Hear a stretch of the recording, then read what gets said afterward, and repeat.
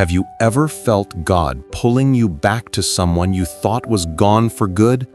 The connection faded, the silence grew, you tried to move on, but deep inside, something keeps whispering, "This isn't over." Maybe it's not your imagination. Maybe it's divine alignment. Because sometimes when God says wait, He doesn't mean never, He means not yet. And that's what you're about to discover right now. There are moments when separation isn't punishment, it's preparation. When God pulls two souls apart, He's not breaking them, He's shaping them.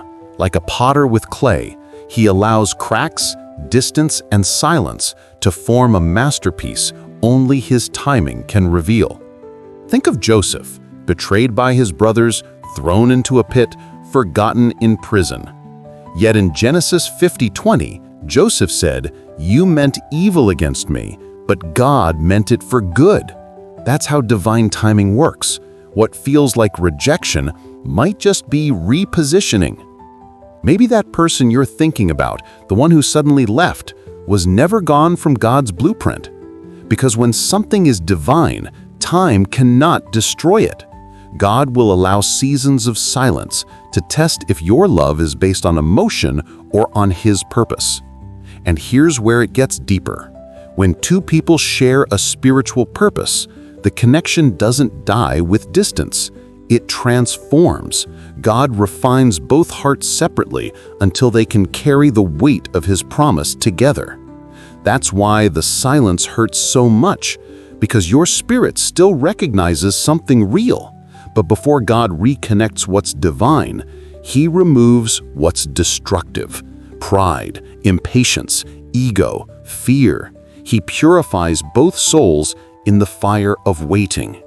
Ecclesiastes 3:11 says, "He makes all things beautiful in its time."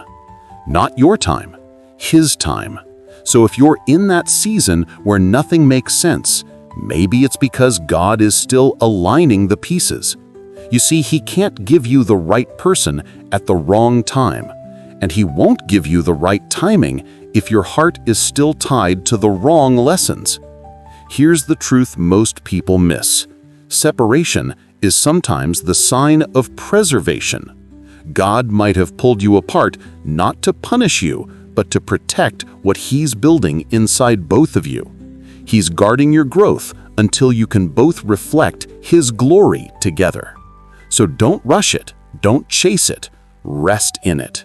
Because when God confirms someone as part of your destiny, He will bring them back when both your hearts beat at His frequency, not your fears. And if you've been seeing signs, dreams, scriptures, or strange peace about someone you thought was over, pay attention. God often speaks softly, but with certainty. Isaiah 55:11 says, "His word will not return void. If He spoke it, it will manifest." Maybe this is that confirmation you've been praying for. Before we go deeper into how God reveals the moment of reconnection, comment one word that resonates with your spirit right now. It could be faith, waiting, or confirmation. Let your word be your declaration. When God is preparing to bring two people back together, the signs won't always come with loud miracles. Sometimes they come in quiet alignments. You'll start noticing the same verses showing up in your devotion. Their name will appear randomly when you're not even thinking about them. A song, a sermon, a dream, and each time, something inside you stirs, not in confusion, but in calm assurance. That's how the Holy Spirit speaks, not through chaos, but through peace. Philippians 1:6 reminds us, "He who began a good work in you will carry it on to completion." That includes the work He started between you and that person. If God authored it, He's responsible for finishing it. But until that moment comes, He's still writing chapters you can't see. Let's be real. Sometimes you'll doubt. You'll wonder if you made it all up in your head. You'll wrestle between faith and fear, between letting go and holding on. But here's a thought. If it was truly from God, you couldn't force it to end. You can only pause it, because divine connections don't dissolve, they rest until purpose calls again. The enemy will try to confuse you. He'll whisper, "If it was meant to be, why did it break?" But God allows breaks to build you, not break you. Look at Peter. He denied Jesus 3 times, yet later became one of the strongest voices of faith. The restoration didn't erase the mistake, it redeemed it. And that's what God can do with this connection, not erase what happened, but redeem it. If God is confirming that this person is still part of His plan for you, He will give you undeniable peace, not constant anxiety. He will align your seasons, not your emotions. The same way Ruth met Boaz, not by chasing love, but by walking in purpose. You'll find them again when you're both walking toward God, not each other. This is the moment when you must trust His timing more than your feelings. Don't beg for what God is building. Don't question what He's confirming, because when the divine moment arrives, it will feel effortless. You won't have to prove anything. God's presence will prove everything. And maybe right now, your assignment is to prepare, to grow in patience, prayer, and peace, to heal from what hurt you so you can hold what's meant for you. Because the same God who allowed the distance will close it when the purpose matures. Romans 8:28 says, "All things work together for good to them that love God."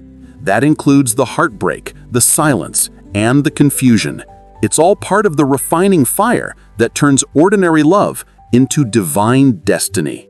So if you've been waiting for a sign, this is it. God hasn't forgotten you. He hasn't replaced you. He's perfecting you. When He brings it full circle, you'll understand why the waiting was necessary. You'll see why it had to happen this way. And when that day comes, you'll know it wasn't just love. It was purpose. It was divine timing. It was God. Before you leave, comment one word that defines what this message means to you right now. Then take a deep breath and say quietly, "Lord, let your plan unfold." If this message spoke to you, share it with someone who's been questioning God's timing. Subscribe for more divine insight, and let's walk this journey of faith together.